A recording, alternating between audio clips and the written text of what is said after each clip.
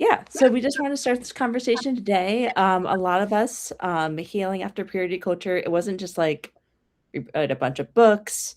It was actually like somatic. And I think the Yeah. biggest difference when I was doing therapy is I'm like I'm like an academic person. Like I love to read a book. And that's how I did a lot of like my healing journey was by reading different books. And then I was like, well, like I'm still then I started having all my health issues. And I'm like, man, like when the world is going. Yeah, agreed. F purity culture, Yes, thank you so John much. David. Uh, Hopefully this will be recorded so you can watch it later. yeah. Yeah. Sorry. Hi to everyone who joined on the Substack. Um, yeah, so I was going through this whole healing journey, reading a ton of books, and I was experiencing this health issues. And when I realized that the health issues were trauma, I went to a somatic therapist, and she was like, well, you can't just intellectualize your feelings. You have to actually like feel your feelings. Darn it! What a novel No! concept. Yeah, Yeah.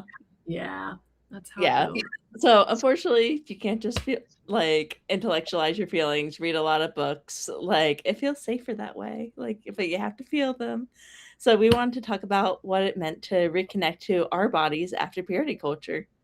Yeah, for sure. So yeah, I would love to like just kind of talk about how I experience purity culture a little bit Yeah, for sure. personally. Mhm. So I grew up in a very hyper charismatic world. I Mhm. was indoctrinated, radicalized at 14. So we were so big on miracles, signs, healings, wonders.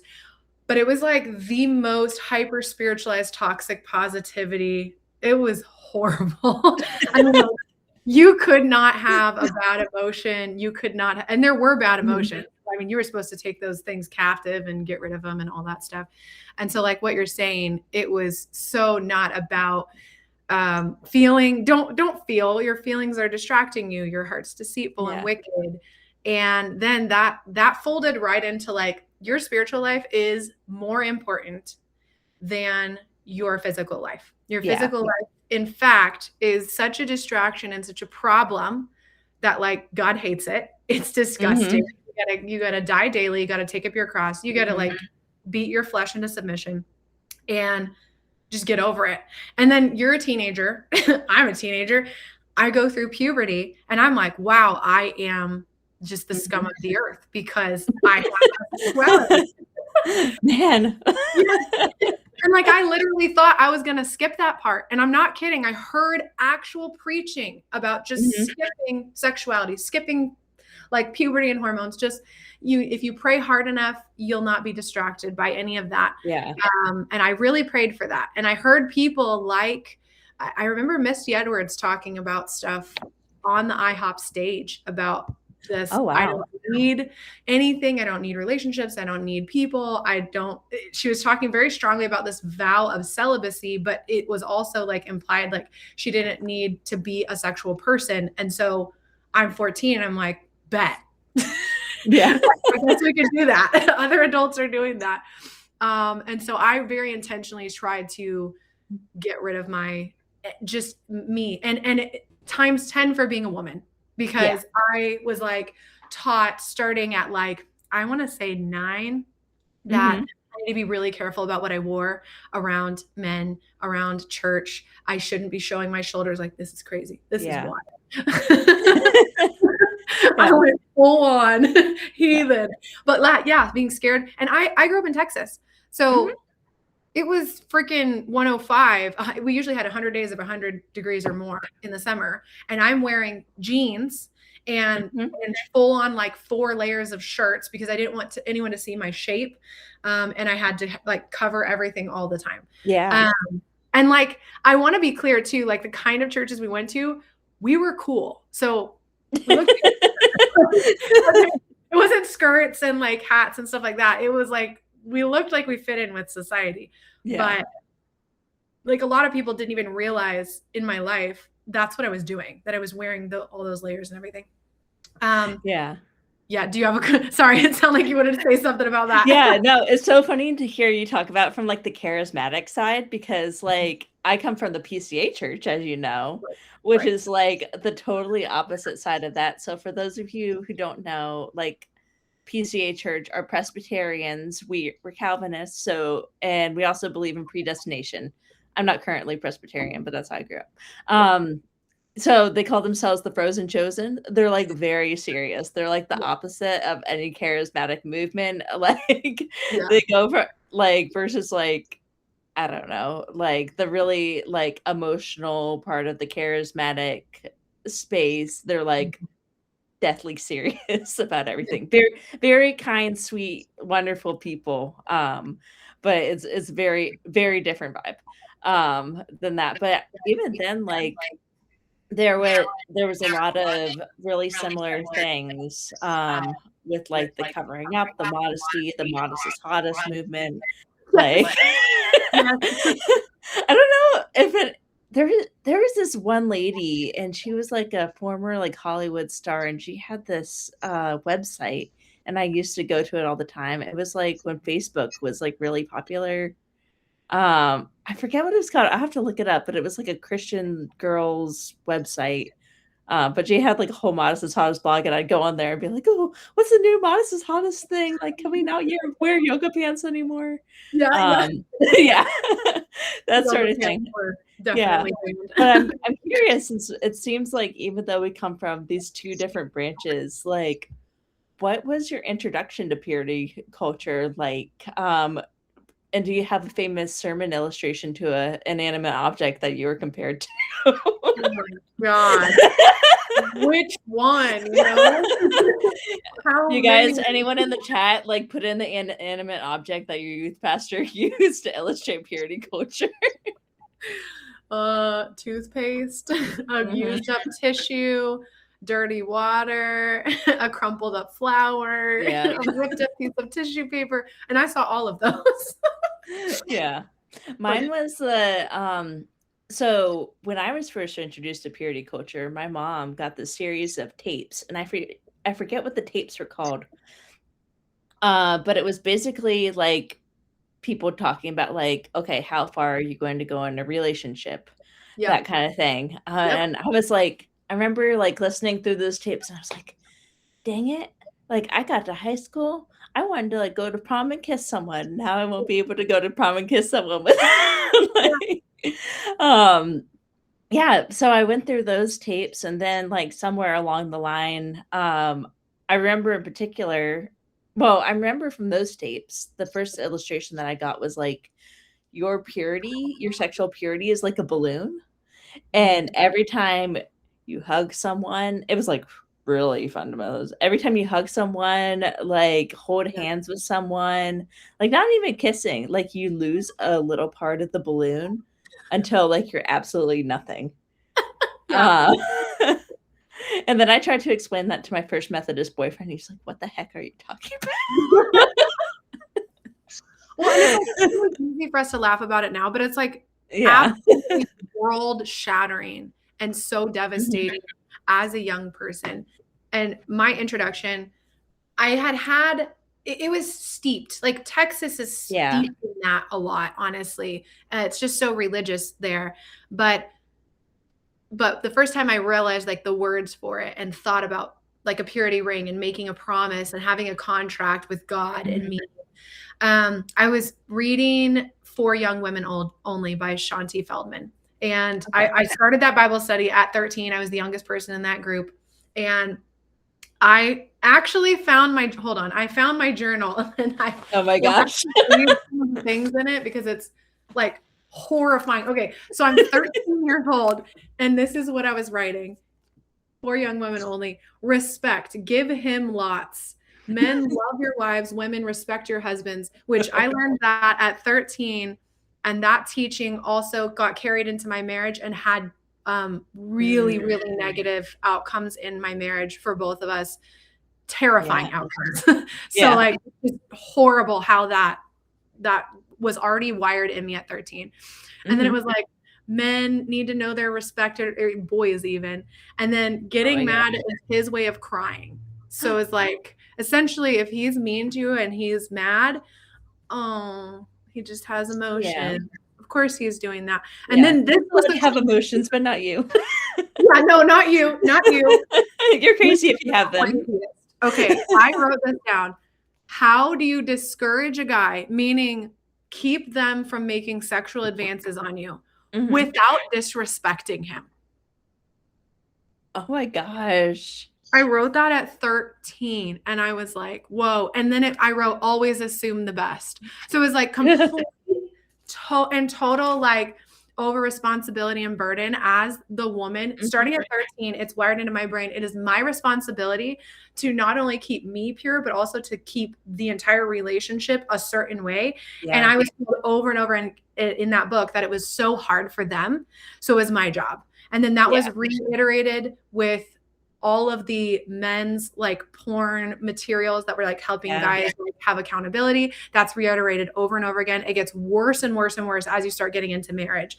That is just like your fault. If anything happens, Yeah. it's always the woman's fault. It's always your fault. Yeah. And I do want to say big caveat here. I'm not a man hater. I am a feminist, but I'm definitely not a man hater. And I think these teachings affect all the men like severely as well. I'm not saying that all these men, I think some of them use it to be abusive for sure, but most of them just feel like trash. They just feel like, and I'm speaking from a couple of different people's experiences that I know. Well, it puts so much shame on men. Like, yeah. And I think like you're a monster. You can't control yourself. Yeah. Like, oh, wow.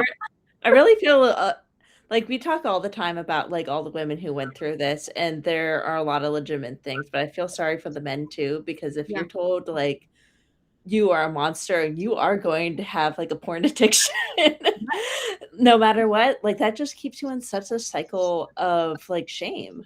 And that's hell. That's literally hell. So it's like we experience so much shame and like bodily effects from it. Like it also affects men too, and I think that's so important to realize. This is not just women, it's also men. Yeah, yeah, and I've watched it happen really specifically in some of my own relationships and how, just how it deteriorated both of us very, very severely. I wanted to say too that, I just blanked on it. It was important. The purity culture is increasingly restricted and repressive and suppressive definitions of what is okay and not okay also causes so many problems. So much stress. It's like I remember like feeling so much guilt just for like holding hands, and then like one day we were just like cuddling on the couch, and I'm like, oh my gosh, I have given away all my purity.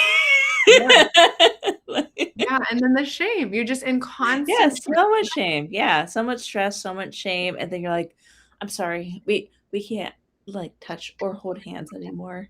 We can't. We can only do the Christian side hug, even though I really like you. Yes. And that actually, okay, so that completely ties into how this is wiring your nervous system and your body in such a negative way. Because now it's one of the first times as a young developing person that you've started to experience like oxytocin releases from like holding hands, like very sweet, normal, developmentally appropriate connections with other human beings of the opposite sex or same sex. And you're starting to like get the dopamine hit, you're getting the oxytocin, and you're being told to self-punish, it's all like very psychological, intentional rewiring. Oh, wow. Like I've never heard of that from that point of view before, but that like makes so much sense. Yeah. So like you're literally starting, and I don't know how severely, like some people might not have done this as severely as I did, but I did it so systematically in my life. I even like would trick myself, like I would starve myself, or I would hurt myself, or I would do different things to punish myself, make myself stay up really, really late and write in a journal entry of every single thing that I did wrong, whatever, like literally over holding hands. And intentionally would label that feeling that I would get. It was probably oxytocin and dopamine and the other chemical cocktails that make you feel good as the thing that was distracting me. And it was just horrible, because this is a really interesting thing that like Sheila Ray Gregoire always points out in The Great Sex Rescue and her other work at Bare Marriage. She talks about how you were told no, no, no, no, and you do wire your brain that way. Yeah. And then you get married and you're literally told like be a sex bunny, be a toy. Yeah. Like switch, and it does not work. It don't switch that way. I got married at 19, so only 14 to 19, that's only 5 years. But I was so intentional about it. I destroyed my associations with any sort of oxytocin connection. I got to the point where I could not hug people anymore. I was so terrified of touch. And at first it was only people of the opposite sex. Then I was just like terrified to hug anybody, because every single feeling, every single connection, oxytocin releases were from the devil. They were trying to distract me and cloud my thinking. And I was like a basket case. No, I remember that too. Like it was just so much shame, because like the stakes are so high, right? Like I literally felt in order to be able to stay in my church, my community, my whole life, like I needed to be able, and if I wanted to get like married one day, which I did, that I need to remain pure. And I also have the responsibility of keeping him pure. But like, if he is like, but like, I am also a sexual being because I'm a human. And so then there's so much like shame between those two parts of yourselves. And like, you become like, there's so much pressure because you don't want to lose the community that you've grown up your whole life with. Yeah. But you also don't want to disconnect from yourself. And I think Sam in the Instagram chat, she put they put like a really good comment. It's like purity culture is rooted in pedophile culture. And there's a really great series of articles, if anyone is over on Substack, by the Mayfields, DL and Crispin Mayfield. And they have a whole series called Purity Culture is Pedophile Culture, which is excellent. But yeah, it does keep us in perpetual girlhood. And there's one important thing that I want to touch on that I think really has to do with the body aspect of it. Is it starts when we're young, right? Like it starts with like the Christian authoritarian parenting and that sort of thing, where we learned literally our body is not our own. And purity culture, we learn like our body is not our own. It belongs to our parents. It belongs to our future husband, that sort of thing. So I think we subconsciously or consciously do things to reclaim it. Yeah. And like, you never feel like more than a sinner than when you're married, right? And you're embracing that sexuality for the first time, because you're experiencing that guilt of something that you're told was bad your whole life. Yeah, that's a great point there. Thank you for that comment. Yeah, never felt more of a sinner than when I was married. Yeah, absolutely. And then also can lead to, Emily wrote, also can lead to hiding more of your sexuality and questions growing up. So you have less information than ever.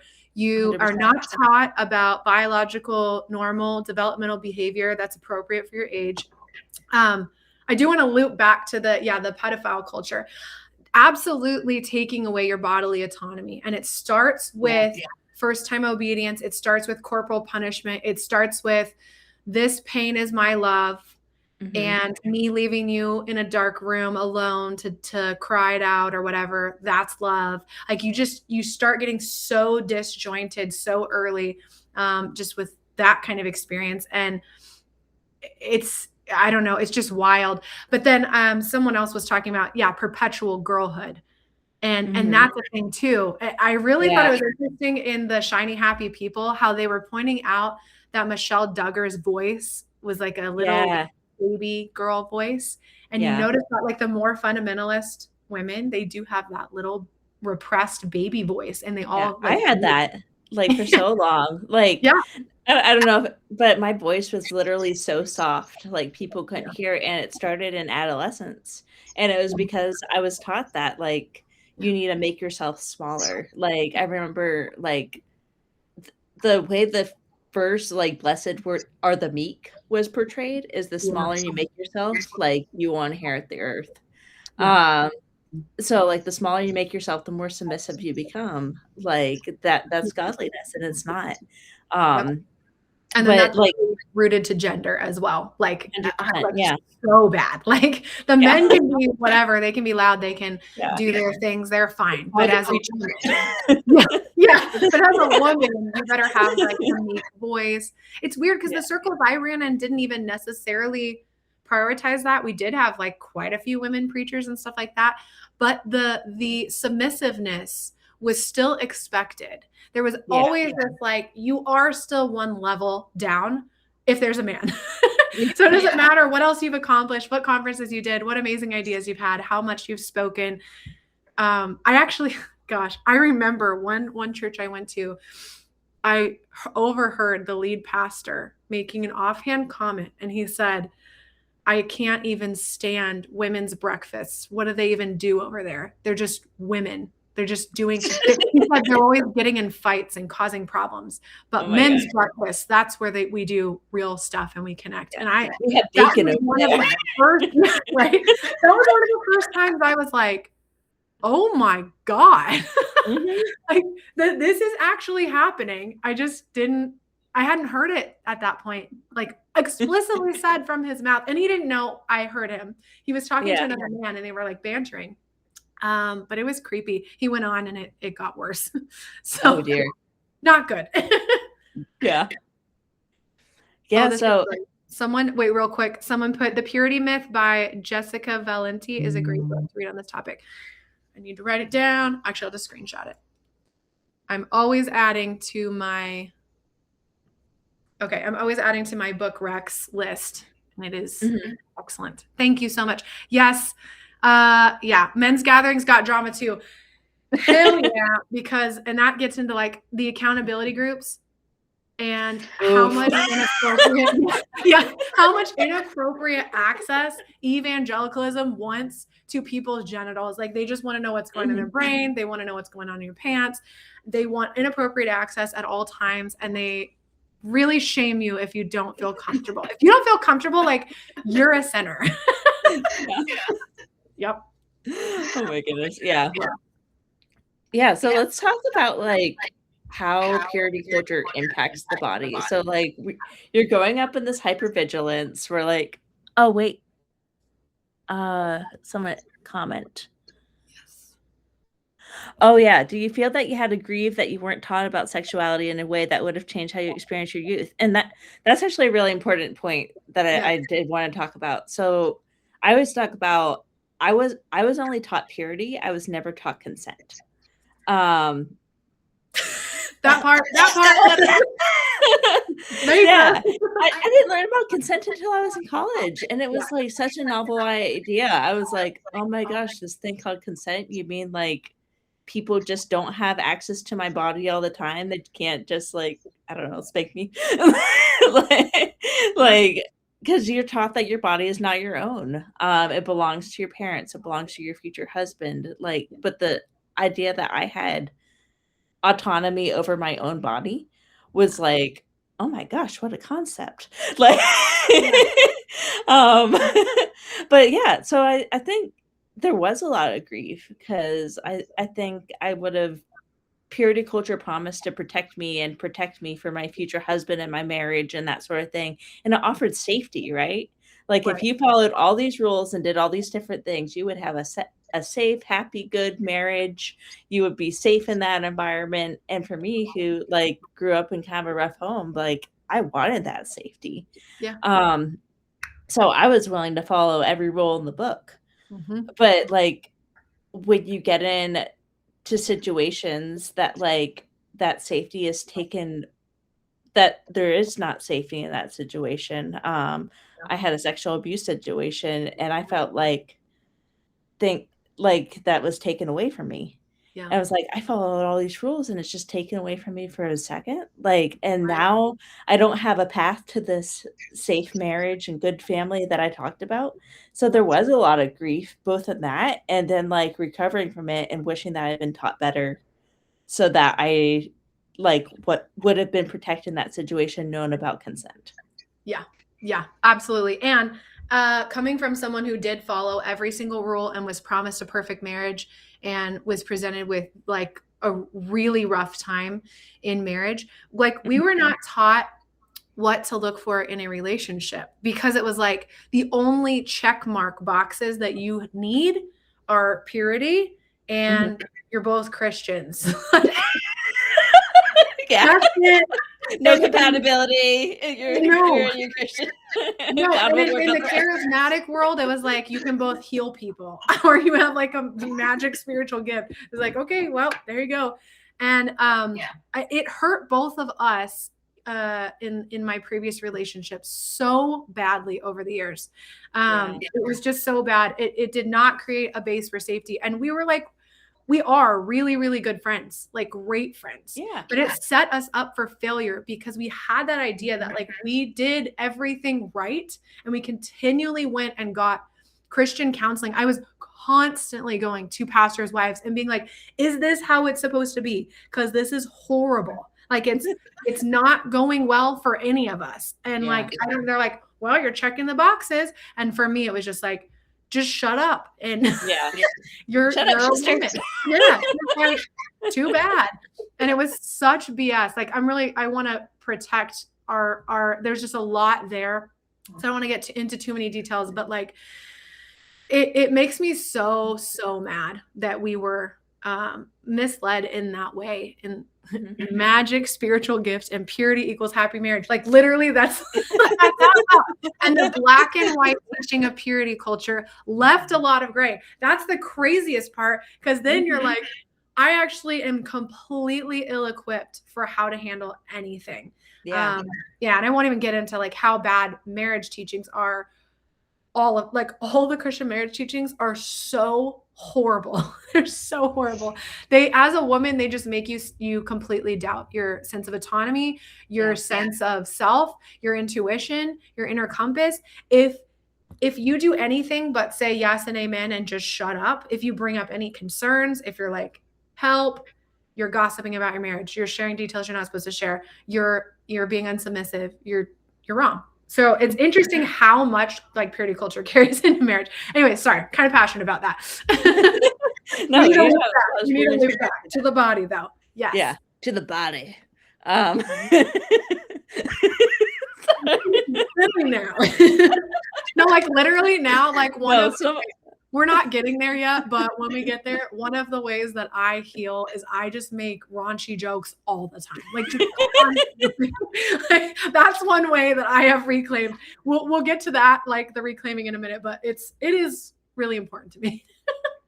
No, that's so important. And just like that, I don't know, that silliness. Like there was so much seriousness in the like church environment that I grew up on. Just like reclaiming my silliness and playfulness was so important for me, and that's what I do now. So I love it. I love it. Okay, so we grow up in this hypervigilance. So we have this like chronic shame about our body. We're taught that our bodies are bad. What does that do to us? Oh, it's so great for you. Oh my gosh. Chronic shame. Yeah. Disconnection. I love all the things. You have quite a few things listed here. The disassociation. Actually, that second one is really interesting. Disassociation or numbness during intimacy. But honestly, like even during like conversations with friends who are sharing their dating experiences, or like for me, it got so bad. It was like disassociating when someone hugged me. Like, it gets so scary. But like that, in so many ways, that takes away your human experiences. And when you learn about how to rewire your nervous system, the step one of rewiring your nervous system is signaling safety to your body. And one of like the best ways to do that is co-regulation with other human nervous systems that are feeling safe and grounded. And so literally hugs can be a way that you can start to reteach yourself. But if you've got that body disconnection to that level, you lose access to a whole area of regulation. It's that like self-fulfilling or vicious cycle. Like you don't even have access to the thing that could rewire you to give you more access. That was definitely a way that I experienced it too. Just like when I did go into like intimate sexual situations, just feeling that dissociation is like, oh my gosh, like even if like it was something that I wanted, but just like feeling like, oh my gosh, like I have to leave this, like my body's reacting that way. So like living inside my body was a huge part of it for sure. And it's interesting too, because like you're talking about that experience. most likely, like, you make the choice. You're like, logically, yes, this is what I want to do. And you make that choice. Yeah. And you do feel like this is okay, this is good. And then you get into it and your body's like, Nope, nope, no. nope. You know, like a whole other story that it's running that's still stuck on that old process. Yeah. I Yeah. think there's a lot of, I don't know, like, things that we carry around with us too, and one of the things I wanted to talk about is, like, a lot of people who, like, they do all the right things, they wait until marriage for their first kiss, and then, like, their first wedding night, they have like, intimacy for the first time, and then a lot of people find out that they have stuff like vaginismus, Yeah. and, like, pelvic floor stuff, and I found out later in life, and this is not something talked about very much, like, that I have pelvic floor dysfunction, and I really think a huge part of it is, like, you go around in life being hyper vigilant about everything, and subconsciously, your body absorbs that, Yeah. and then you end up with, like, different problems because of pelvic floor tension. So, I mean, that was a whole like, I spent thousands of dollars on physical therapy, like, thousands of hours, like, that sort of Yeah. thing. But I think that's important to talk about as women because it affects, like, everything. It impacts, like, how we have kids, it impacts, Yes. like, Yeah. um, it impacts, like, our GI systems, it impacts, like, so Yeah. much. Yeah. Um, I like, think so much of so. our health. Yeah. So, like, I think it's so important to talk about because, like, I didn't even realize how much tension I was holding, in the, like, the lower part of my body until, Yeah. like, that got brought to my attention, Yeah. and so I think it's just important to like, just have it gave me so much body awareness of just how going through the world with this hypervigilance and stress was impacting my body. Yeah, yeah, and, to, like, jump off of that, when I went to my first midwife appointment with my first child, they are just, like, the sweetest, most trustworthy midwives ever. I'm doing what I'm supposed to be Mhm, doing as a Christian wife, like, this was, like, such a safe environment, and they are just gently, like, palpating around my hips, checking on the baby. Every time, my entire pelvis and then my lower abdomen would just, like, mhm, it would like twist. All my muscles would just like freak out. It would hurt mhm. so, so, so badly. And later they were even pointing out how much extra pain I had around Yeah, several different parts of my anatomy. And they're like, this is extreme. Like most people do not experience as much pain as you're describing. And they were like, do you know why? And at the time I was like, no, I did everything right. Like I have no yeah, idea why. What was happening? But like it makes so much sense. I was yeah, so afraid. And it is true. Your body, again, it tenses up when it senses danger. And so if you have been yeah, told that everything is dangerous, you're now in a chronic state of dysregulation. And dysregulation it's like just a biological state that happens. yeah, And it's, your vision narrows. Your brain only focuses on things that will get you out of the situation. There's nothing else. Your heart starts pumping faster. Your blood vessels open up so you can pump more blood. And very specifically, your body, even if you're sitting or standing, it is going into a crouch mode with your muscles. So yeah. it's going to tighten your hips and spring load them so you can get away. And a lot of us live in that like for years and years and years Yeah, and years and years. And it's so not good for you. And it causes like I had severe low back pain for yeah, my whole life. And it only went away like 5 years ago when I started to experience my life as a human and love it. yeah. Yeah. And that's so important because, like, you always hear, like, trauma is stored in the hips, but there's another muscle around, like, that it's, like, on the front, but it impacts, like, the lower back. It's the psoas muscle, and Yes. that the psoas muscle stores so much trauma, and Yes. my psoas muscle was so tight Yes. because that whole area, that whole area where the psoas muscle is, where the pelvic floor is, like, that just holds so much tension, Yeah. when we experience that, and I love how you explain, like, our body is getting ready to move, and that's why that area tightens up. Like, the Yeah. best thing that I heard about nervous system dysregulation, that, like, really helped for me, is like, "Well, like, I'm not feeling anxious right now, right?" And to someone described it as like, "Okay, so you have, like, um, red light is like, "Oh my gosh, like, our heart is pumping, we're not doing well, like, ah!" Mode. Yellow is like, okay, like we're living in this, like we feel like maybe a little heightened, like maybe a little uncomfortable, like that sort of thing. And then green is like, oh yeah, I'm totally calm. I'm good. When you live, like you might only experience the red sometimes, but when you experience it enough times, sometimes your body gets stuck in that yellow state. Absolutely. Um, and it's trying to get it down from that yellow state so that you're in that green space more Yeah. often. And it's not necessarily like, yeah, red is bad, yellow is bad, like green is obviously good, but Yeah.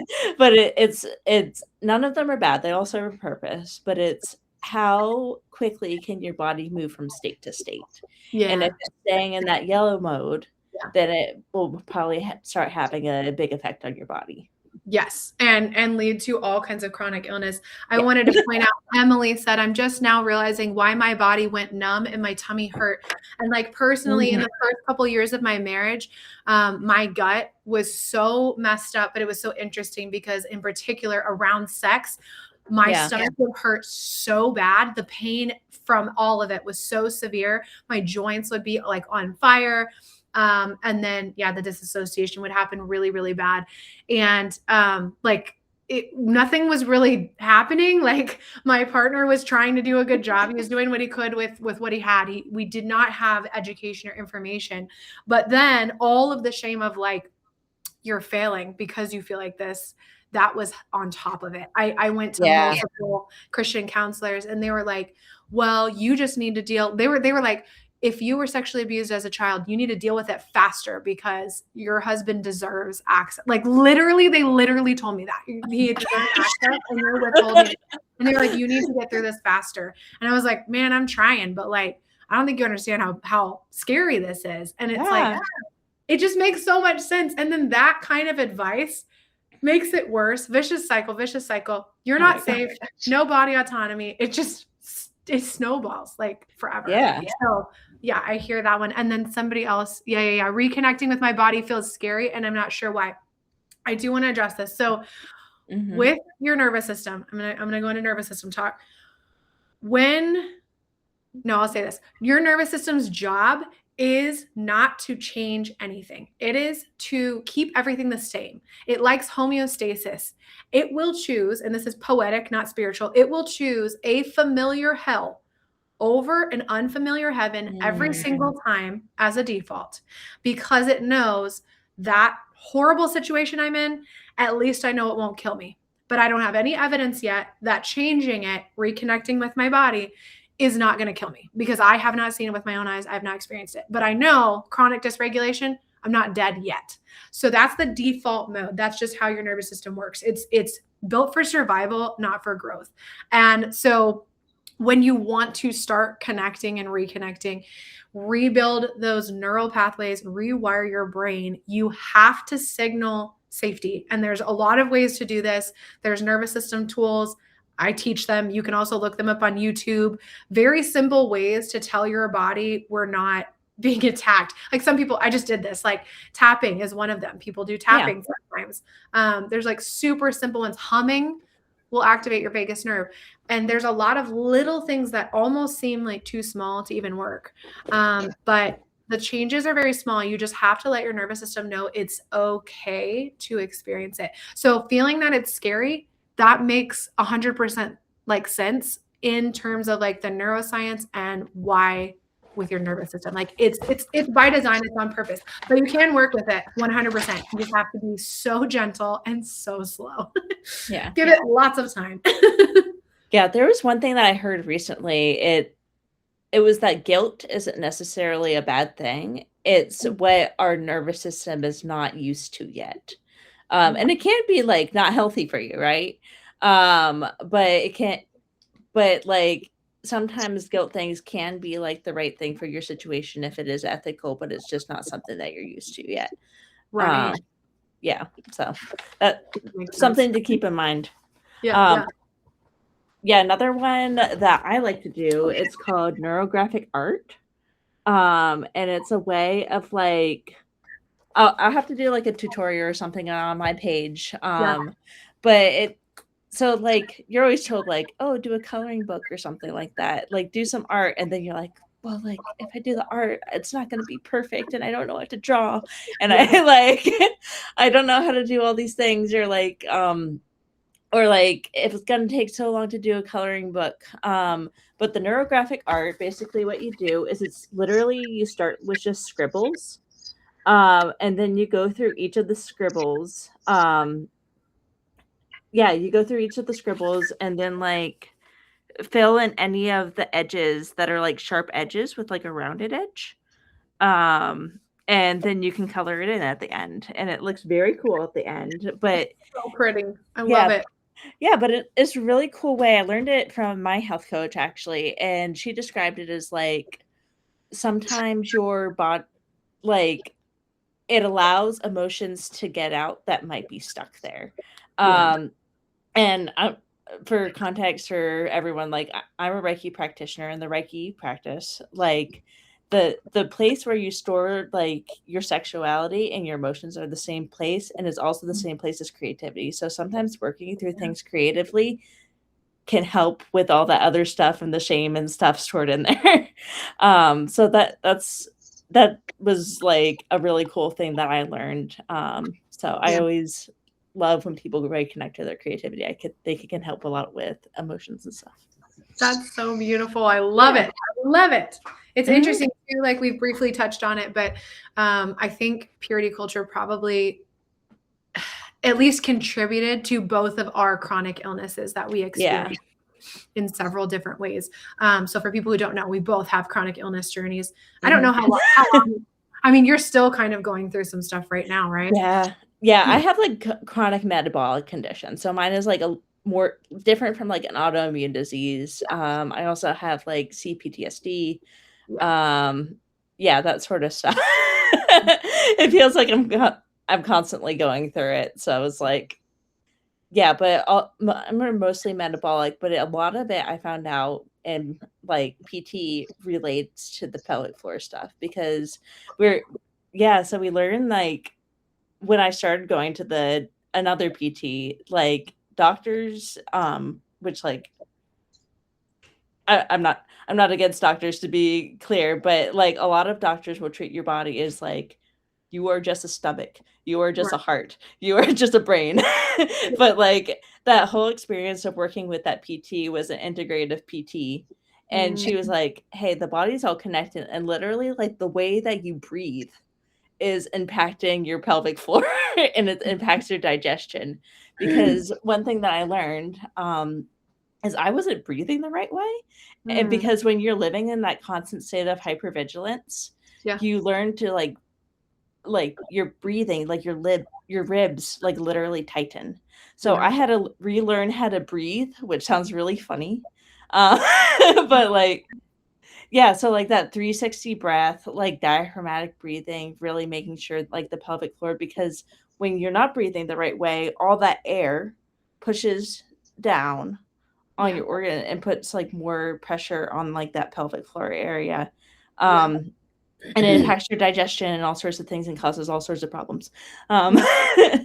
So that my metabolic conditions developed a lot because of stress in the body because it was literally how my physiology was reacting to it. Yeah, yeah. I mean, it yeah, it all makes sense. It's all so related. Yeah, not feeling like you. A big one that I had was like I felt like I both had to say no to everything and also couldn't say no to anything. It was Mhm. really bizarre. It was like just hypervigilance, but it was also cognitive dissonance constantly. Yeah. And so that just freaks you out. Basically, I was talking to someone about this recently, and I've never heard anyone else describe it this way, but I think maybe more people feel this way. Everything from within me is wrong and crazy, and everything outside, everything with Yeah. no like reason to be trusted at all is right and has the Yeah. authority to come tell me why I'm wrong. And like it just makes so much sense. For everything that we went through in evangelicalism, they're just telling you that you're wrong all the time. Every single message Yeah. was structured in at least where we were in the charismatic stuff. It was structured to point out things that you missed and to be like, Yeah. by the way, if you think things are going well, wrong. Yeah. You forgot about that. Oh, but you're not healing people. Yeah, you're like reading your Bible, but and it's just like there's always something you're doing wrong. And that creates a lack of trust in your intuition to the point where you literally start to trust abusive situations over like real, like you can't even see red flags. You're just like throwing yourself into them. And then your red flags are like anyone who's secular. They're just red flags. Anything that's fun, red flag. So you start like your priorities get way, way, way off. And part of reconnecting to your body and sexuality and everything after purity culture is like reclaiming your inner compass of like, and recognizing too, like I love Come As You Are by Emily Nagoski. It's just amazing about female pleasure and a lot of different things. But she says in there, like, don't yuck on someone else's yum. And I think that's important too. We all have our own compasses. People are going to like and dislike different things. And like, you don't need to like hate something just and say that it's bad just because somebody else likes it. Like you can have your own little boundaries here, but you can create safety for yourself and for others by just saying, that's okay. That's over there. That's your thing. Like, this is my thing, and know yourself really well. And like, that's a huge, huge cornerstone to coming back to yourself, is that inner compass and that like intuition and trusting it again.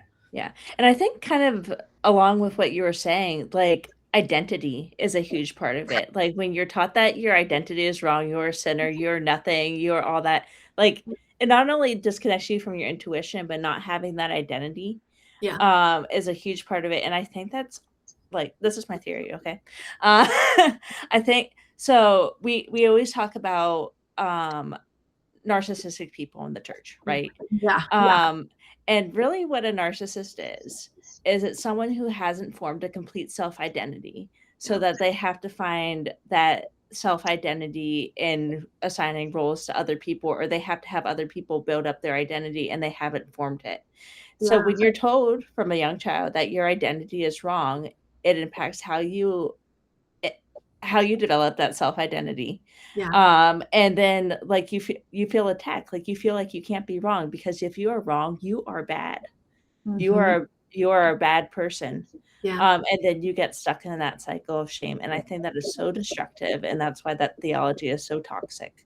And I think that's why we see so many problems with people not being able to admit that they're wrong, because to admit that they're wrong would mean that they are a bad person. And they fundamentally, even if the theology says otherwise, don't believe that.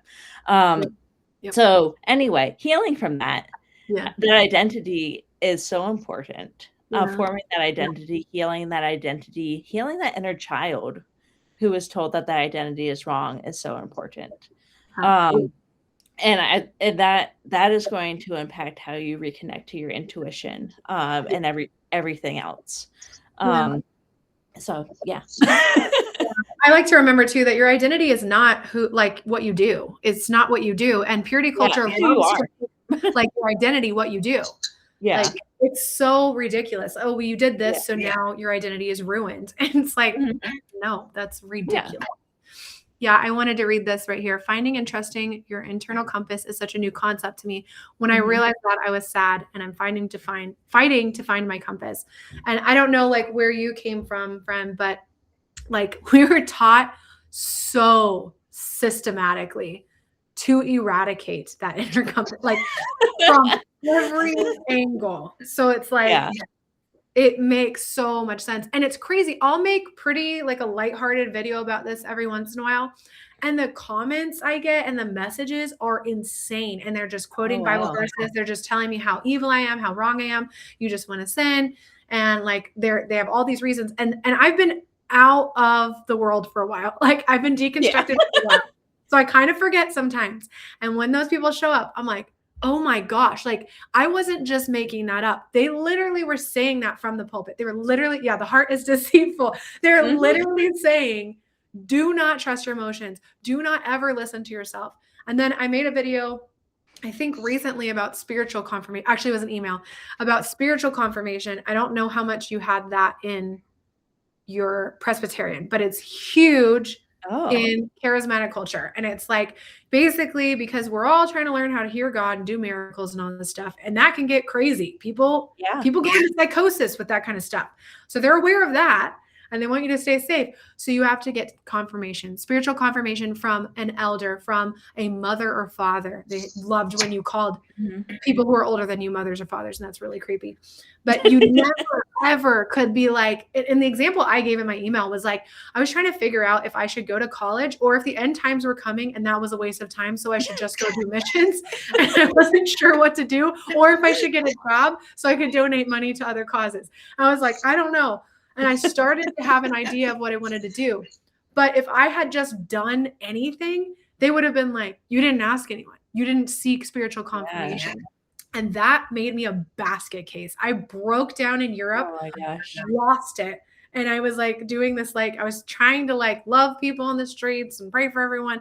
And my friend was watching me lose it over trying to figure out if I should, why whammer? Yep. Okay. You know what I'm talking about. I was trying to figure out if God was telling me to pray for like this person at this coffee shop, or if I was supposed to go on a train over there. And there was no one to ask for the spiritual confirmation. And my friend was like, what do you even want to do? Like, do you Yeah. What do you want? I'm 22 and he asked me, what do I want? And I was like, what? Like, it was just terrifying. Like, I literally was like, I don't exist. And that's what it started to boil down to. That was the core wound that's come out of all of this purity culture, everything. I don't actually exist. It's not even like I'm unlovable, I'm worthless, I'm bad. No, I just don't exist. I am not a person. No, yeah.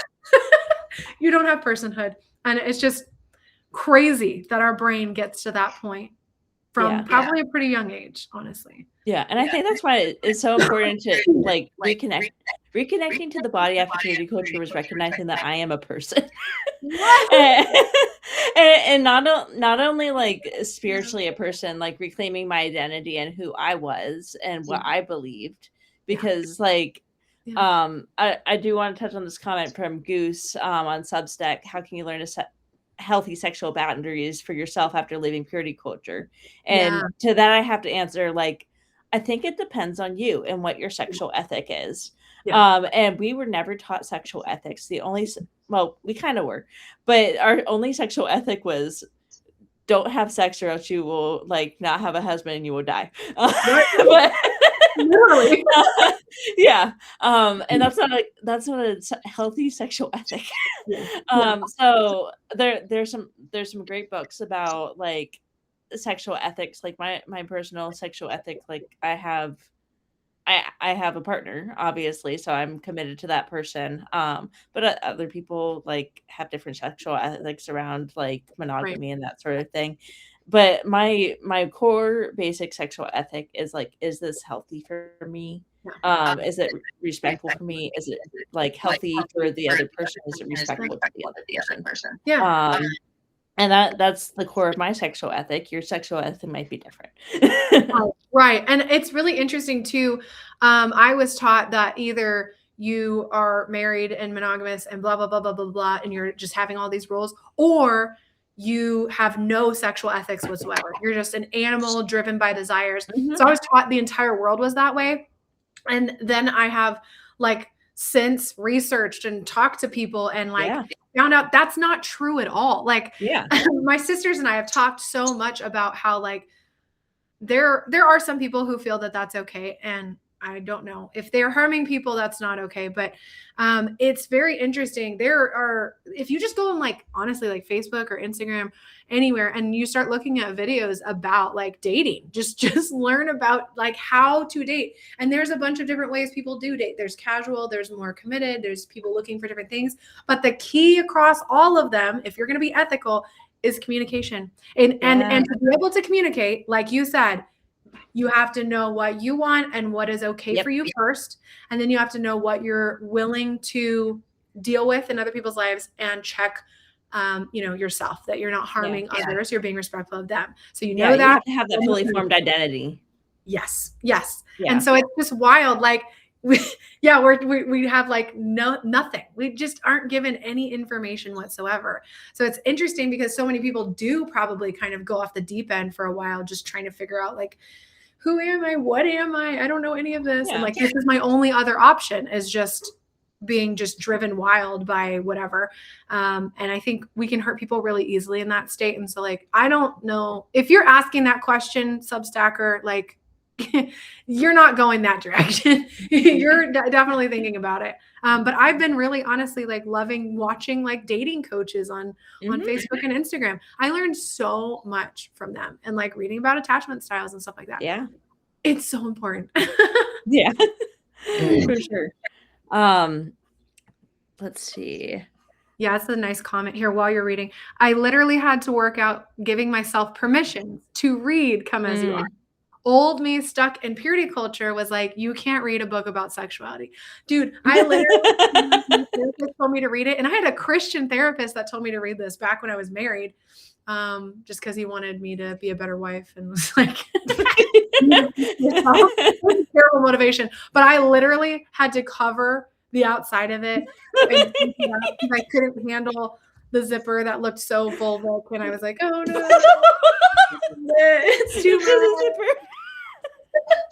And I was like, I didn't want anyone to see me reading it, and I was even embarrassed. And the therapist was like, so how is it going? And I was like, oh gosh, like it was so hard. I cried through the entire thing like the first time I read it. And now I'm like, it's amazing. The information is so valuable and beautiful and important.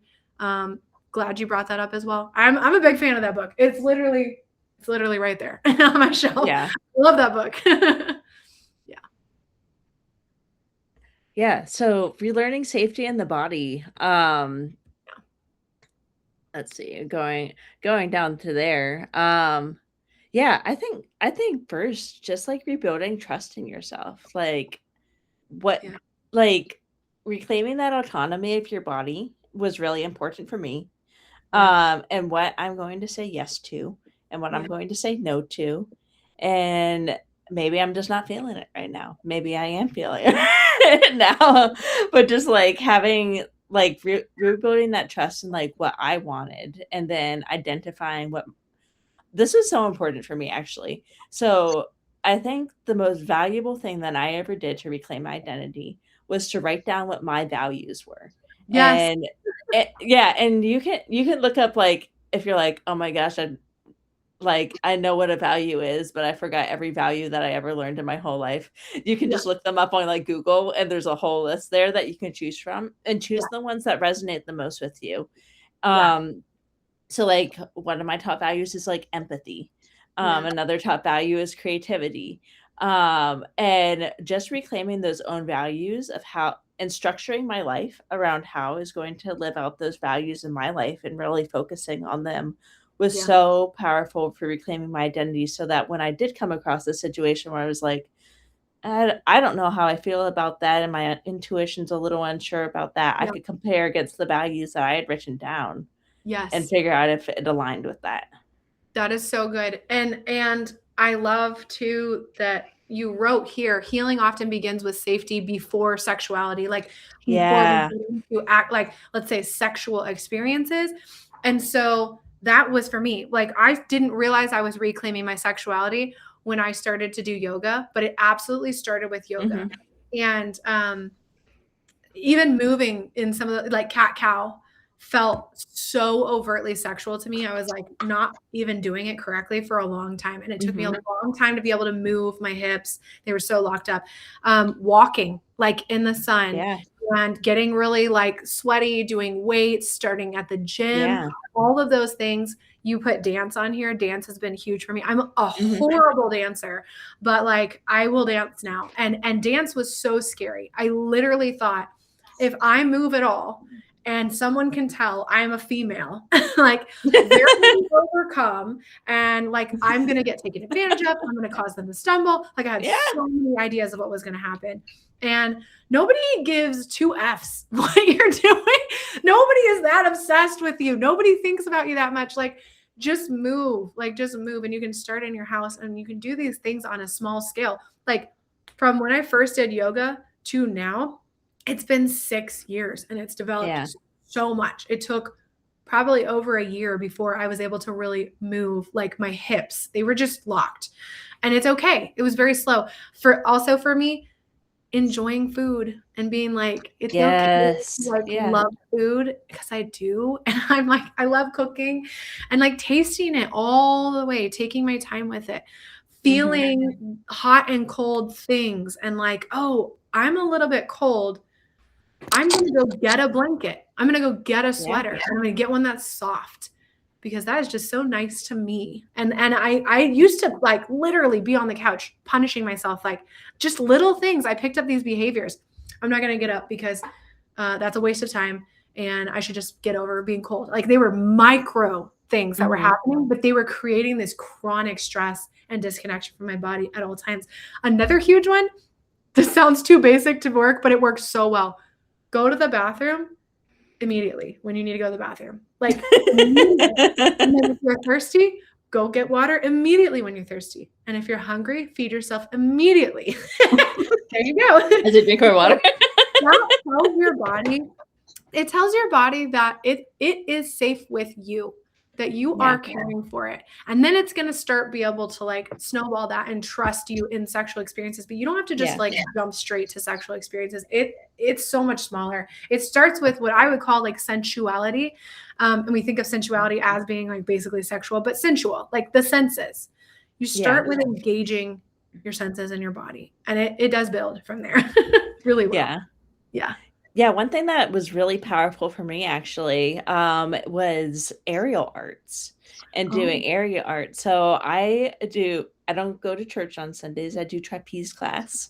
But yeah, and I did silk for a little bit. And there is so much like it's like a dance in a lot of ways where like you're kind of like graceful, you're flirty, you're having fun and it's playful, right? Like we were talking about the seriousness before, it's embracing that playfulness in your body again and like looking a little sexy doing it and yeah. just being like Totally. reconnecting to that. Another one like was just like trying on new clothes because Yeah. I grown up so much with like, oh, you have to wear like your shorts have to be a certain length, like you have to cover your shoulders or to cause your brother to stumble, like that Yep. sort of things. And I got myself like tank tops. Tank tops were a big thing for me that I didn't feel comfortable in at first. And I got tank tops, I got crop tops. And just yeah. And I wore the crop tops and the tank tops and like some shorts and I got a bikini, like, Yeah. those are things that, like, I felt really uncomfortable in them at first, but just, Mhm. like, reclaiming my autonomy through clothes was a big thing, and I don't know if you experienced this, but there was kinda like a, "Oh, you shouldn't, like, love fashion because, like, that would be j like, you'll I don't know, you're too vain, like, it's Yeah. too much vanity."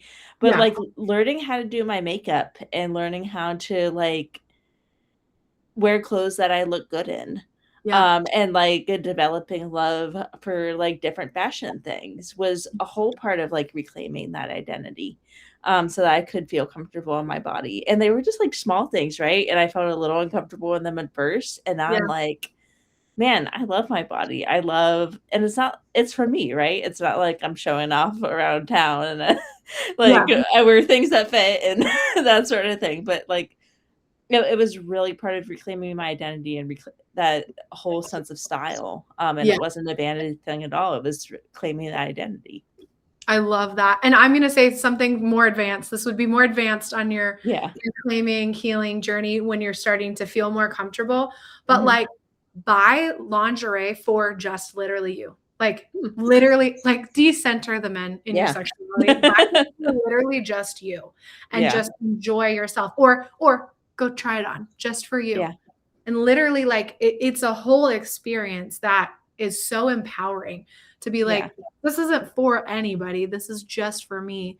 But to Yeah. just take back these little parts again, advanced, don't go do that if that's really uncomfortable, because everything with the nervous system and the body, like we respect the body's biological timelines to update our neural pathways on these things, and it takes time. If you overwhelm it, it will self-sabotage you as quickly as possible to get back to what's comfortable for it. So the only way to grow is low and slow. That's what I always say. Just gentle, like do things that are still fairly comfortable, just barely, oh, it's a little different. It's a little different. That's okay. And I feel like in church, they're always like the miracle, the thing that breaks through instantly. Yesterday I was on drugs. Today, Jesus. And like that, I don't know. There are stories that seem to happen that way, but that's not a normal biological timeline for how your brain would update. Like you have a body, you have cells. It takes time. You need sleep and water and food in order for your brain to change its mind. And that is okay. So yeah. And just like as you get further along, like I think there's something to be like, one thing that was really impactful for me was just like learning what my body liked, learning what my body didn't like. If like you like toys, that's your thing. Like that's kind of like a way more advanced thing, but like learning what you like is such an important thing. And that will be such an important thing when you communicate that to a partner later on. And really learning that from like, as I was going through these things and learning it, they were like, learn what you like so you can communicate that to a partner. That adds so much to the relationship, and it adds so much to the communication and dynamic of the relationship when you get there later on. but yeah, so that was a huge part of it. So I think all these things are just really reclaiming that identity for yourself through those acts of reclamation and what you and your body likes, and learning slowly to overcome like that shame and guilt. Yeah. And I think it's also kind of interesting once we lose an evangelical rubric for what you're supposed to like and not like, then you actually have to face what you really do like and not like. And that's interesting. It's very interesting. Once you lose all that moralism, now you have to face yourself and find out. And it's can be a little scary, but it's also really fun. And once you do that, you can communicate it really well. But there's like so much less like ways to grade yourself at that point, because now you're like, I don't even know. Now you have to discover. Yeah, and that's why I think just being curious about like what ethics are, like what your personal ethic is a huge part of that developing identity. Because I think so much of us, especially if we grew up in rough home environments, we love the structure of the church environment, and it kind of, I think a lot of people love it because it tells them what to do and what not to do, and if they do the right thing, then they're safe. And if you, because this was me, if you do the right thing, you're safe. If you don't do the right thing, you're not safe. And it provides a structure in life. But reclaiming the identity of yourself, it can feel kind of unmooring because suddenly you don't have that structure anymore, and you're rebuilding that structure from the ground up. Yeah, because the structure is like a built-in like decision maker, permission giver, all those things. Now you have to build the permission giver. Now you have to actually work on making your own decisions. But talking about the values, that is where you're foundational. That's where you're going to figure out your values. Also, I wanted to see this comment right here. Once I heard, have you considered that your comfort zone isn't actually all that comfortable? Meaning growth to become who you want to be is outside of your comfort zone. It's uncomfortable to stay in. This is a tricky one because it's a both and. You are going to have to give your nervous system new experiences in order for it to grow, and it will be a little bit uncomfortable. But if you go too far into discomfort and to force and fear and grind and hustle culture is what I call it, like the feel fear, do it anyways, like it's just so masculine. If you go too far into that, it will actually backfire. So there's this dance. It's this dance of reconnecting to your body. You're actually learning your nervous system. How much is it okay with change, and how much does it really need to be nurtured and nourished? And then how much time does it need between new experiences, and how can you support it really, really well? And don't get irritated with it for taking the time it needs to take. Yeah. And I think a really important disclaimer here is like, I'm not a therapist. Like, all of this, like we're talking about from our own experiences, but also like you aren't alone in this experience. Like there are actual like health professionals. There are normal therapists, which I know therapy can be a scary word in evangelicalism. I promise you, they're there to help you. Um, and there's Yeah. trauma, like actual trauma therapists who are really informed in this stuff and have all sorts of tools. There are sex therapists who can help you reconnect if you have trouble connecting to your sexuality. Yeah. Um, there's a whole lot of tools out there of people who have been literally trained in this. Yeah. So like you aren't alone in this. Like don't feel like you have to like go it alone and then have a panic attack. um, Yeah. like there are tools out there. So Yeah. you and I think just for everyone, like I think everyone who's on this call today, maybe at one point or another, you felt like you were alone in this Yeah. thing, because that's what shame does. It makes us Yeah. feel alone. Yeah. Um, and I think it's so important that we recognize that we're not alone. We're all here. We're all in this space and we're all learning. And I Yeah. think changing it from like, I think one thing that I see a lot in people who grow up in those environments is like, you either have to do everything perfect or else you're a failure. Yeah. Yeah. But Yep. shifting from that into a growth mindset of, Yes. this is my garden. Yeah. I'm doing the things so that I can help grow, and shifting it to a growth mindset. And Yeah. that can apply to anything, not just what we're talking about today. Yeah. But look at it as more as like less like try, fail, and more of like I'm growing and I'm doing these things to nourish myself and nourish my body so I can reconnect to it and live Yes. fully in myself.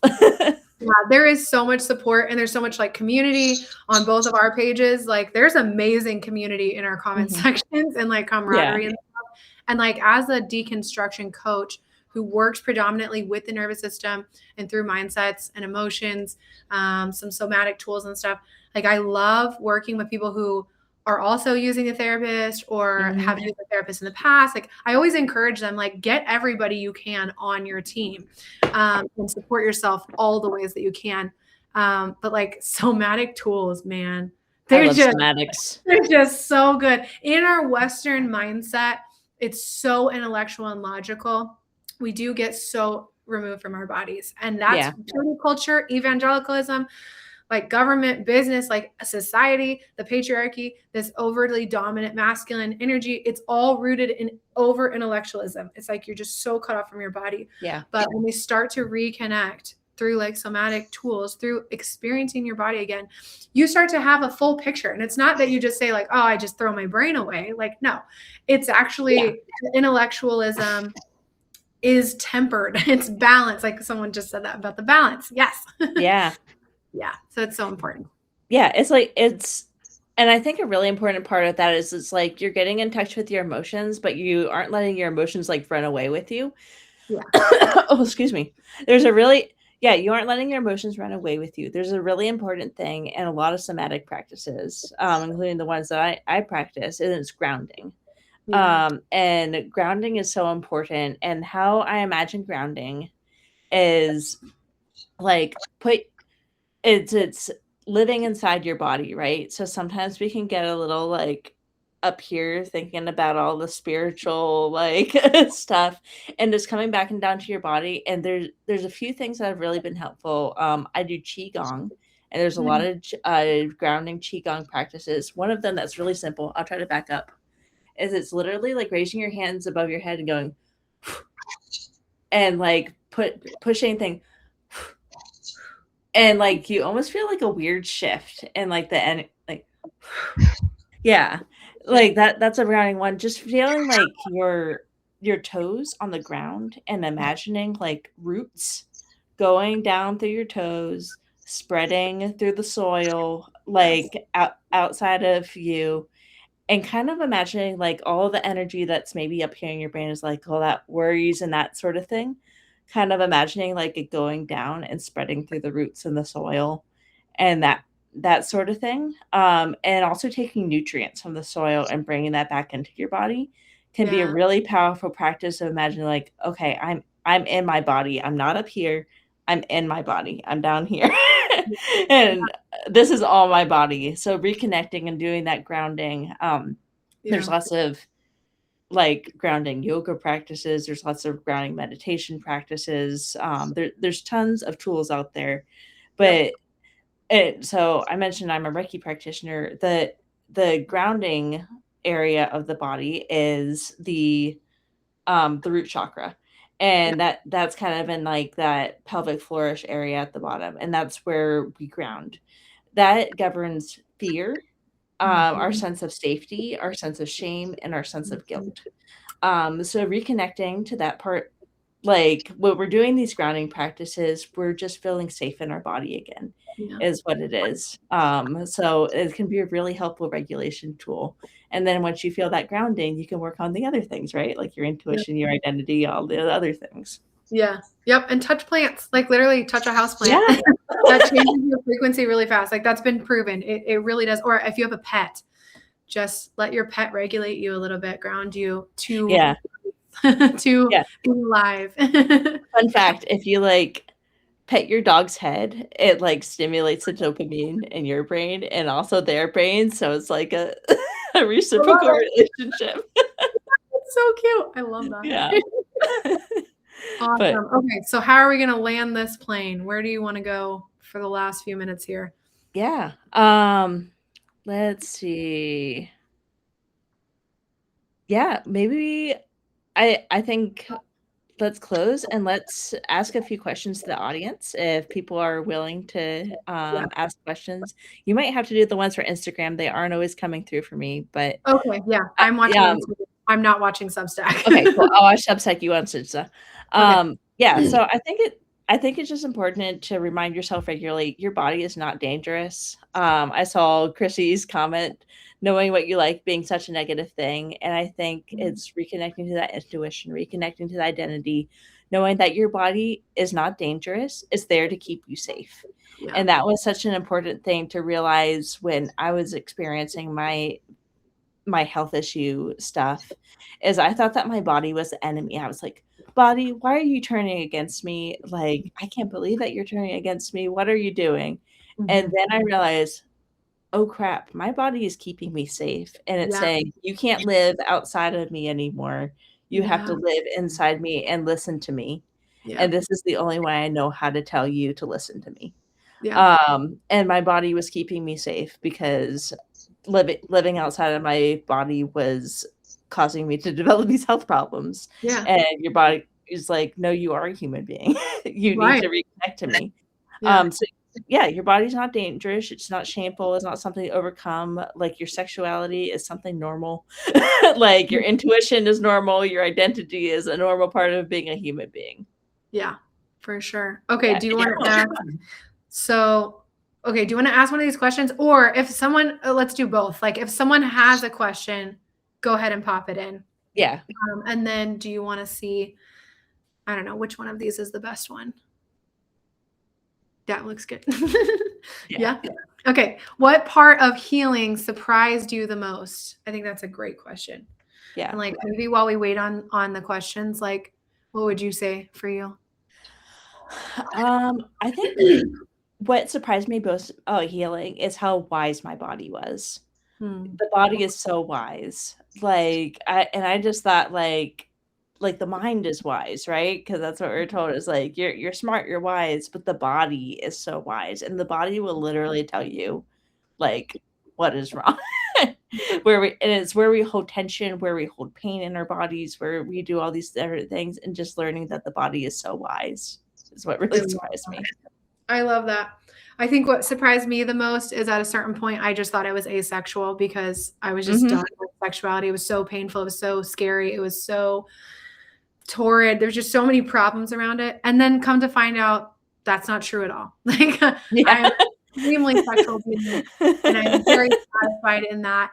And I was amazed both at how slow and how fast different parts of my healing were. Yeah. And so yeah, that was very surprising to be like, oh, I'm not broken. Yeah. Yeah. Yeah. I think another thing was the grief, like just experiencing the grief of like and it wasn't just that, it was other things in my life too, but just like the grief of like being disconnected to from my body for so Yeah. long. It was like, man, I wish I had learned this sooner. Yeah. And I would have saved myself like a lot of health things that do impact my life.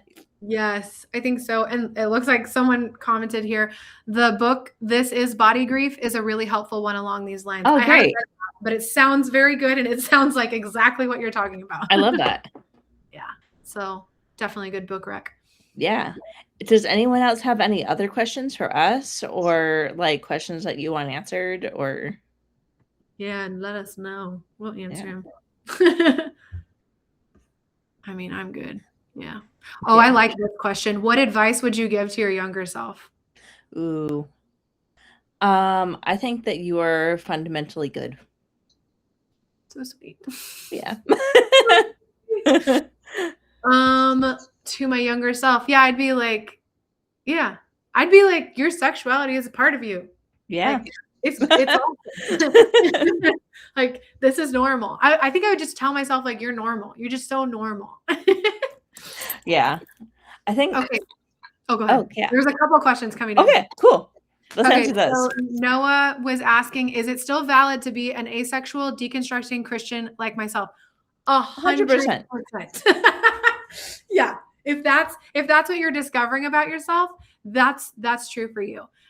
What I discovered was the asexual label was a trauma response for me to active pain and problems around it. Yeah. But if you're in this discovery process and you're discovering that about yourself, yeah. I would say I did interview a sexologist and therapist who said that very few people are actually asexual. So she always encourages people to get the support, to really dig in and make sure that that's true about themselves. But there's no problem in also finding comfort for a label and being okay as it shifts and grows and changes with you. But there's absolutely no shame about that. So yes, that's absolutely possible. Yeah. Would you add anything to that? No, I 100% believe that too.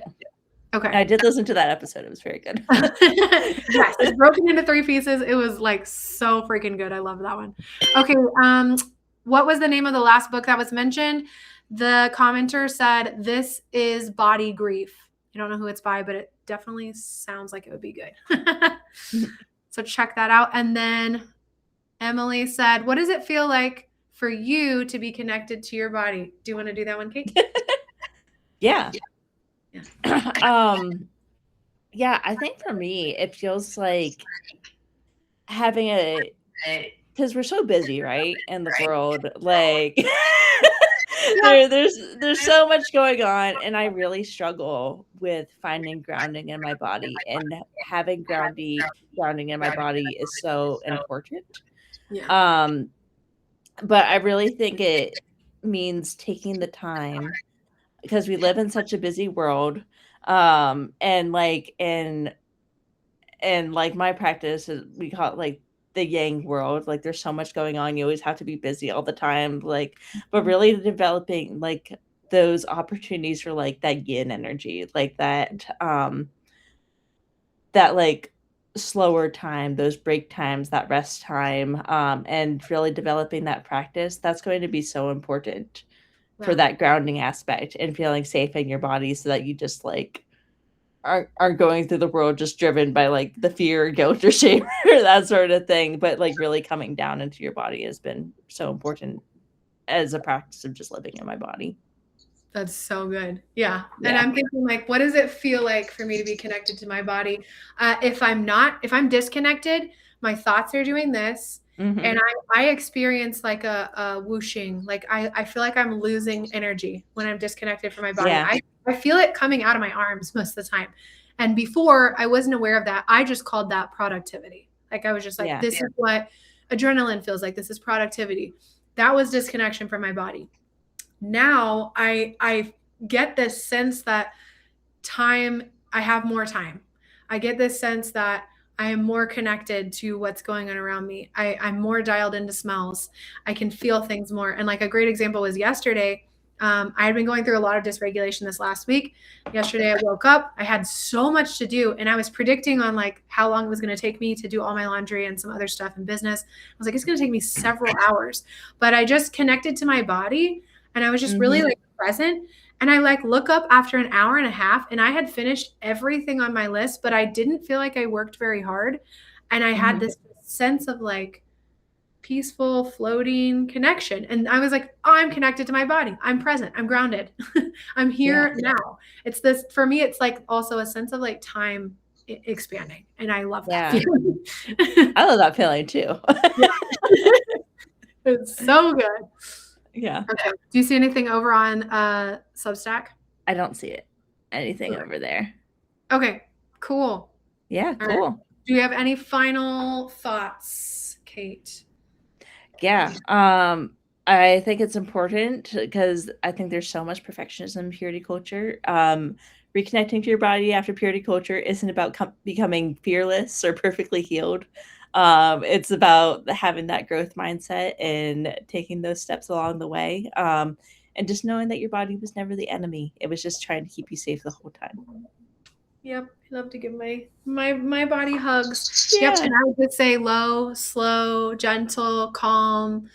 Just move with yourself and literally start with the things that you already have. Really, like if you've got kids, really listen to them, really hang out with them, play the board game, and just see what happens. And like you don't have an agenda, and then connect to how your body feels eating the meal. Really notice when you're petting your cat. What does it feel like to have them purring and your hand feels it? Like just dive into those experiences. Yeah. Tiny. Yeah, and I think reconnecting to that playfulness just to like add to it, like yes, the playfulness, because the playfulness, like I remember I did the artist way, and if anyone's having trouble connecting to creativity, like the artist way is a fantastic thing, and it was so important just to connect to my inner child. And I remember just writing down like this might have been a different book. Anyway, so I just remember writing down like what were all the things that I liked doing as a kid. Like I like riding scooters, I like riding bikes, I love playing in the woods, like I love coloring, I love art, I love writing, and all these different things. And I was just like, I'm gonna develop some playfulness in my life. And reconnect to these things that little me loved. Yeah, and that was so important for me because reconnecting to the little me was reconnecting to the identity. There's another thing I was going to add to that when we talk about safety in the body, taking time and space to develop that safety.